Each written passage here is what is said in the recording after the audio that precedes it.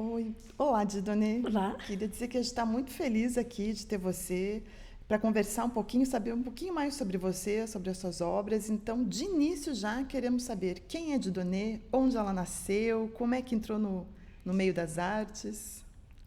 Bom, eu nasci em Bento Gonçalves, bem no interior do Rio Grande do Sul. E com 9 anos saí do Brasil, fui morar no Paraguai, aprendi espanhol, isso é uma ganhada. E depois voltei para Porto Alegre e ali eu fiquei. E depois, em 1983, eu casei, aí fui morar em Santa Catarina, Paraná, e adotei essa cidade aqui, que é do meu coração. Então, eu sou curitibana de coração. Ah, que bacana. Então, e daí as artes, você começou em Curitiba ou já antes você já estava fazendo esse seu caminho? Olha, eu sempre gostei de desenhar, mas as pessoas gostam de desenhar, entendeu? Então aconteceu que quando eu comecei a estudar direito, eu vi que aquele não era meu ambiente, né? Que eu tinha que começar de novo a desenhar e tal. Na verdade, os meus primeiros desenhos eu fazia decócoras, eu Olha. desenhava decócoras. Na minha casa tinha uma mesa que era para toda a família. Então, era para o café da manhã, eu desmanchava a mesa e trabalhava na mesa, e nesse meio tempo eu estudava no meu quarto, sobre a cama, ou desenhava decócoras, o que atraiu a vizinhança e olhar, desenhar decócoras. Para mim era a coisa mais normal, porque era o recurso que eu tinha, não tinha nenhum mistério. As pessoas faziam mistério dessas coisas. Então, tudo bem, eu também. Era bem à vontade, né? Se sentia Eu muita não, vontade para eu não desenhar. tinha outra saída. Aí eu ganhei uma mesa, comecei a trabalhar. E a segunda mesa está até comigo até hoje. Que É, legal. aham. Mas eu, Muito na bom. verdade, eu trabalhei bastante com o meu desenho. Meu desenho era de alguns registros. Comecei abstrato, né? Bem abstrato, trabalhava com questões microscópicas. Eu voltei para isso agora, né? E então eu desenhava células, células era bem abstrato. E música, ouvindo música, coisa assim, coisa assim. Aí eu passei para o figurativo. Eu comecei a trabalhar com questões da casa, com a movimentação dos objetos do uso cotidiano. Né? Então eu frequentei, me deixavam desenhar, fazer registros de coisas que me chamavam a atenção. É, como vai ser o caso desse desenho que eu vou comentar que vai ser exposto, está sendo exposto já, porque está lá nos esperando. Então eu comecei a desenhar e, sabe, quanto mais tu trabalha, mais coisa tu descarta. Não, eu não quero mais isso, eu não quero mais isso. Mas aí, onde estão as coisas que eu quero? Eu continuei procurando.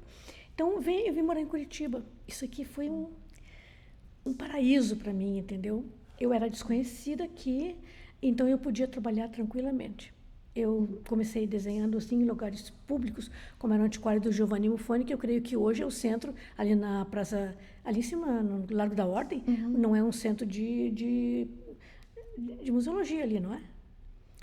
Tem a Escola do Patrimônio ali, será? Da Fundação Cultural? Acho que sim, onde era o Giovanni Muffoni. Bem na esquina. Exatamente. Uhum, Ali eu é. comecei a desenhar. Uhum. Então, ali passaram algumas pessoas e disseram, eu conheço tal lugar e tal. Eu digo, olha, eu quero desenhar em locais que não sejam muito arrumadinhos.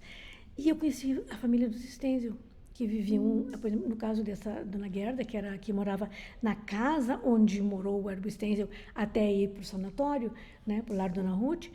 Ela morou ali e eu comecei a frequentar ali. Na verdade, eu disse, eu queria desenhar aqui 2, 3 dias. No fim, as pessoas se agarravam comigo e eu passava muito tempo. E até hoje eu frequento os Stenzio, né, a maioria já faleceu. Então, eu desenvolvi o meu trabalho, foi sempre crescendo, crescendo, crescendo. O que aconteceu de marcante para mim é que daqueles desenhos passageiros, daquelas grandes temporadas nas casas com as famílias, trabalhando junto com as famílias, a minha vida social era com eles, né? Eu desenhava, frequentava as festas deles e tal.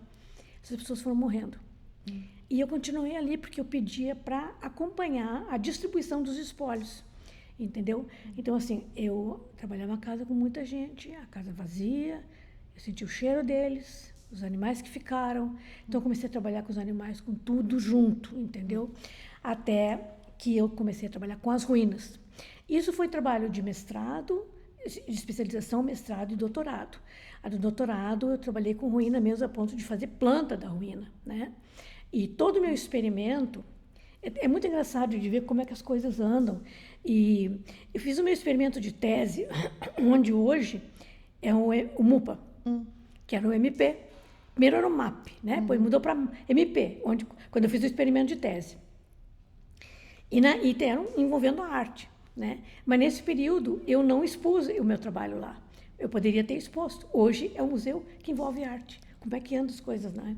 Então eu tenho lá um inventário que eu deixei lá e que um dia talvez eu vá trabalhar, né? O único problema que isso criou para mim é que eu vou ter que, quando eu fizer um livro, não sei se vou fazer a respeito disso, eu vou ter que alterar todas as siglas, entendeu? Porque não é mais MP, é MUPA, entendeu? Mas essa questão da arte lá agora não é nova. Ela só não foi desenvolvida antes, entendeu? Eu acredito que tenha sido a primeira artista que fez projeto experimental ali, né? Então, assim, com os restos encontrados na casa, que era na verdade, os Stenzer tinham um domínio ali com 3 casas, né? E eu fiz esse experimento de tese com materiais que encontrados num antiquário que estava na casa que foi demolida, ela caiu simplesmente por uma briga de gatos. Tinha muitos gatos lá dentro, apodreceu, nunca se imaginou que uma casa com vigas tão grandes fosse cair, mas caiu, porque eles brigavam entre eles, pulavam, até que um dia caiu tudo, né? Então, eu fiz o meu experimento de tese ali. Eu trabalhei com formões e com plainas, e depois envolvendo a plaina do anjo, sabe, daquela gravura. E fiz um paralelo com isso. Então, assim, fazendo sempre esse tipo de coisa. Então, eu hoje estou voltada, né, para essa parte de buscar nos objetos o que eu não vejo, o que não está a olho nu. Esse é o meu trabalho hoje. O trabalho que eu estou desenvolvendo hoje é com uma pele de coelho que foi encontrada no sótão da casa na época que estava sendo feita a distribuição dos espólios. A família não queria entrar lá. Então, eu disse, não, eu vou ver quais são os livros autógrafos e tal. E, enquanto eu estava lá, assim, não faria essa experiência novamente. Eu achei, eu vou dizer, forte. Não creo em bruxas, pero eu senti uma coisa muito forte lá dentro. Eu diria assim, Ergo Stenzel está aqui. Entendeu? E o que eu senti foi determinante para mim. Eu nunca mais fico sozinha num lugar desse. Mas depois eu fiquei de novo. Mas aí, não muito mais, porque foi assim, olha, era uma questão, era iminente, entendeu? Tava tudo lá, cheiro e tal. Mas assim, sempre trabalhando sozinha, naquela casa, onde morou aquele monte de gente que eu conheci. Não tinha luz elétrica, e eu ali, buscando os livros e buscando as coisas. Nessa época, eu encontrei 2 lotes de peles de coelho, porque uma irmã do Erbo foi cunicultora e ela trabalhou com isso. Muito interessante. Aí, quando o Johnny veio me buscar, que era o filho do Nestor, sobrinho do Erbo, eu pedi uma pele. E hoje eu estou desenvolvendo um trabalho com essa pele. Também voltando para a questão do microscópio, do que eu encontro, né? Uma busca bem grande. Mas, assim, esse desenho, por exemplo, que está sendo exposto, e eu estou muito feliz por isso, esse desenho, ele começou no antiquário do Giovanni. Eu encontrei uma peça em cerâmica, uma cerâmica requintada, uma porcelana, que tinha formato de uma mão, não é? Assim, mas não tinha, era torado. Eu gosto de buracos. Aí eu pensei, puxa, colocar flores e tal. E eu fiz um registro desse vaso, que é o que está no miolo aí, né? Mas isso ficou parado. Esse desenho ele está arrolado na exposição de O Ronco da Solidão, que foi apresentado na Sala Teodoro de Bona, ali no Museu Paranaense, onde era o antigo Museu Paranaense, né? Então, ele está rolado ali e eu trabalhei até o último final, mas eu não consegui concluir para a exposição. Então, depois eu já tinha feito uma busca no Museu História Natural, lá no Capão da Embuia, né? Então, eu fiz ali os registros de saguis e de pássaros. E aí, depois, o tempo, tudo em 1990, eu entendi que aqueles saguis e que aqueles pássaros faziam parte disso. Porque eu não planejo um desenho, nunca. Nunca planejo nada. Eu trabalho totalmente experimental, vivendo o que tem ali, o que me chama a atenção, e eu não tenho pressa de concluir, mesmo porque não poderia, porque trabalho desse jeito, né? Então, esse é um processo criativo, né? Então, o que aconteceu isso, que quando eu fui trabalhar os saguis, né, que estão dentro desses furos, né, que é um coração, né, já veio a selva e já vieram os pássaros, né? Então, esse desenho foi concluído um pouco depois. E os materiais que você escolhe assim para fazer o teu trabalho, como é que também passa por essa pesquisa tua, essa reflexão? Olha, eu trabalho com questões provisórias também, mas primeiro, eu quero que meu trabalho fique. Entendeu? Ele tem um diário atrás, esse trabalho escrito atrás, ele tem um diário, eu anotava, depois eu comento com vocês o que está escrito aí. Então, eu vou fazendo esse trabalho, né? E é muito lento. Então, o que é importante dizer desse trabalho é que ele foi concluído. Então, ele participa dessa exposição, mas assim, como menção para os jornalistas, porque não estou encontrando foto. Encontro uma foto quando a Alice esteve lá em casa e a Adélia Lopes também, mas só o miolo. Então, provavelmente eu não concluí e eu não coloquei isso em lugar nenhum. Até agora não encontrei. Bom, depois que concluiu isso, eu observei assim que dificuldade para publicar. Isso precisa ser publicado. Eles não foram fotografados. A maioria dos meus trabalhos são gráfica, parte gráfica, que eu já não faço mais isso, né? Eles não foram fotografados. Então isso para mim é muito terrível, né? Então eu usei materiais e uso materiais, por exemplo, o nanquim. Eu descobri que os bichos não gostam de nanquim.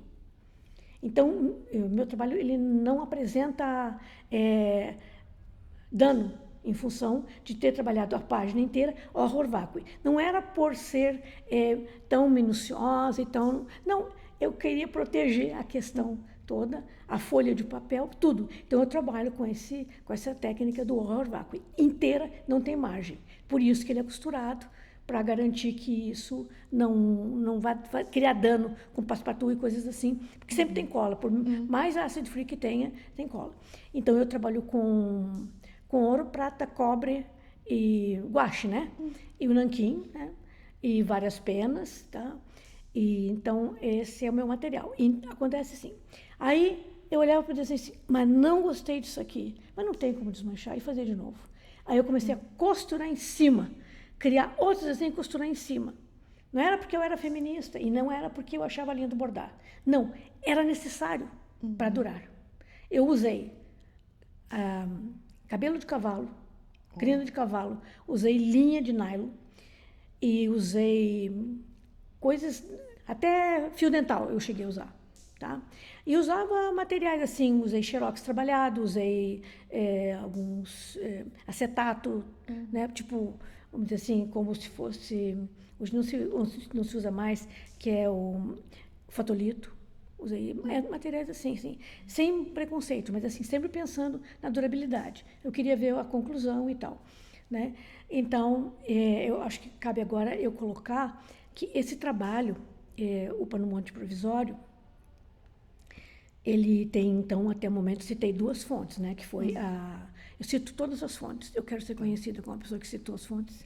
Então, eu tenho as fontes desse trabalho, que é Giovanni Muffone, né? Antiquário Porta Portese, e o Museu de História Natural, e mais um vitralista, o Johannes Hallmeier.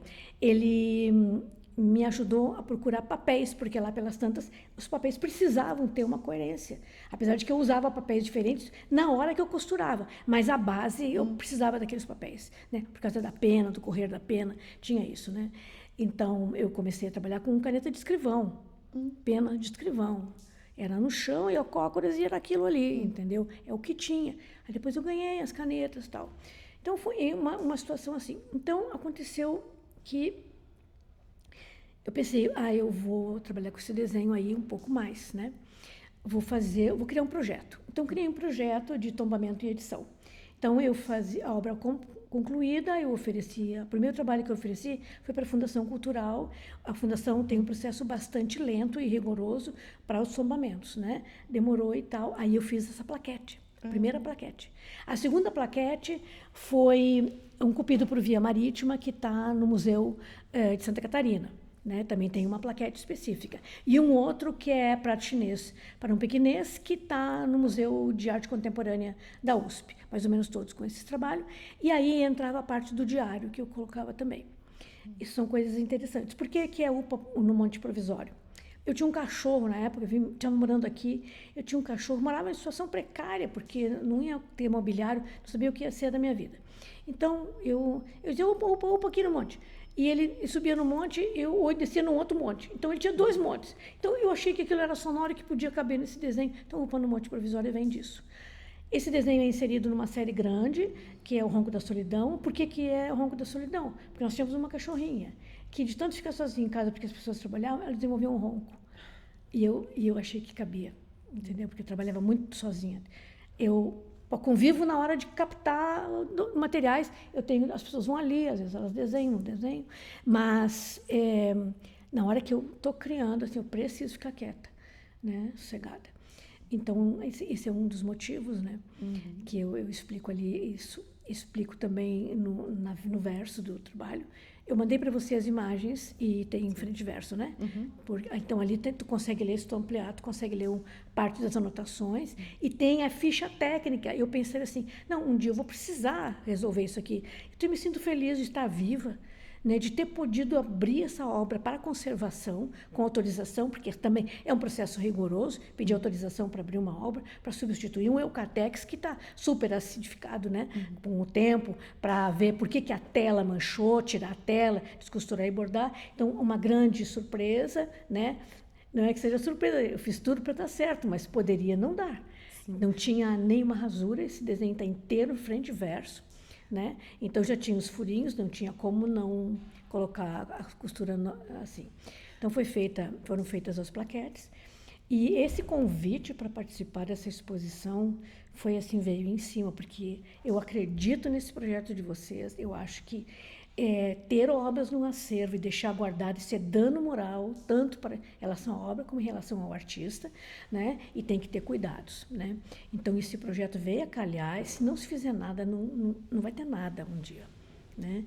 Não adianta você ter um educativo que não tenha obras para discutir. Sim. Não, eu queria ressaltar, porque eu acho muito interessante, quando a gente conversa com os artistas, alguns, assim, têm esse processo da construção da sua poética, independente se aquele material vai durar ou não, mas eu acho que vale a pena ressaltar até essa preocupação também que você teve com a tua obra, né? Do que você vai usar, o que você vai fazer. Mas eu sempre sou assim, até na minha vida cotidiana eu penso lá na frente, sabe? Tá? E eu tenho uma amiga que diz assim, você acerta sempre, até quando erra você acerta. Amor, nem sempre. Mas assim, pensando sempre o que vai ser depois, entendeu? Eu tenho essa já é assim, personalidade, entendeu? Olhar para frente. Então você veja que coisa fantástica esse momento, quanta coisa que ele traz lá atrás, quando eu fiz o desenho, quando eu pensei em fazer em horror vacui, quando eu pensei nos materiais, quando eu coloquei toda a lista de materiais utilizados ali atrás, pensando que alguém me sobreviveria e alguém poderia fazer essas reformas, entendeu? Reformas ou todas essas questões. Então aqui, hoje eu estou aqui num projeto que está valorizando isso, que eu pensava lá atrás e que tinha ficado quieto. Entendeu? Fui distribuindo as coisas. Então, eu agradeço imensamente o convite, né? Estar aqui. Né? A Ana Ganiatti também, a Ana Ganiatti me acompanha na abertura dessas obras, né? Também fiz no Museu de Arte Contemporânea, 2 foram abertas, né? A Ana faz os laudos imediatamente. Se vocês quiserem os laudos também, para o projeto, os laudos estão lá, não é? Então, e tem ainda um relatório que eu só vou concluir depois que essa exposição terminar. Essa é uma condição que eu coloquei, entendeu? Porque é a primeira vez que eu acompanho essa obra na íntegra, um políptico, numa parede. Né? Que as curadoras escolheram a obra toda. O curador é livre, né? Eu sempre pergunto, você está com... Eu trabalho bastante com polípticos e séries e tal. Pode apresentar separado? Pode. Pode. Né? Eu gostaria que fosse todo, mas pode, claro, o curador tem liberdade para isso. É para isso que tem um curador, não é? Para ele criar novos diálogos. Para fechar, eu diria assim, que a Dalice Araújo, no dicionário que ela escreveu, né, o único, né? Se ela não tivesse me colocado entre os destaques, colocado a minha obra nos destaques, naquela parte frontal, eu não estaria no dicionário, porque ela não chegou na minha letra. Né? Mas ali ela coloca algo que eu entendo por que os críticos não escreveram. Ela disse que a minha obra era muito difícil de ser classificada. Era estranha, compreendeu? Então, eu vou fechar com isso e agradecer. Você vai deixar essa pergunta para a gente, né? E eu vou falar que às vezes a gente fica com uma vontade de perguntar se você se colocaria, se você fosse chamar assim, o que eu sou na arte nisso? Você tem alguma ou você quer deixar essa pergunta mesmo para a gente, cada um, ter um olhar? Olha, eu sou bastante reservada na minha vida cotidiana, né? E é meu temperamento, né? Então, como eu trabalho com famílias, eu preciso ter uma conduta bastante reservada, porque eu estou lá com eles, eu acompanho tudo, doenças, alegrias e tal. É como um médico, como um juiz, eu tenho que ter conduta, né? Então, eu fui me acostumando ao longo do tempo de ser isso daí. Bom, eu estou trabalhando para quem quiser apreciar. Não posso dizer, estou lutando para colocar isso, livros, participar de livros onde está registrada a obra. Eu tenho uma quantidade muito grande de desenhos, de simples registros, né? E assim, o meu trabalho não tem cor, né? É um trabalho mais em PB, tá? Então ele não é espetaculoso, né? Não cabe, mas assim, eu me considero assim perto de muitos artistas que poderiam também estar bem, que eles pensassem um pouco mais nessas questões de cuidado, não é? Você não pode entregar um trabalho precário para um museu, porque ali envolve muitas questões que precisam ser cuidadas. Então, tem que pensar nisso. Eu gosto muito de trabalhar com os museólogos. Estou sempre com museólogos, sempre aprendendo, sempre com eles, né?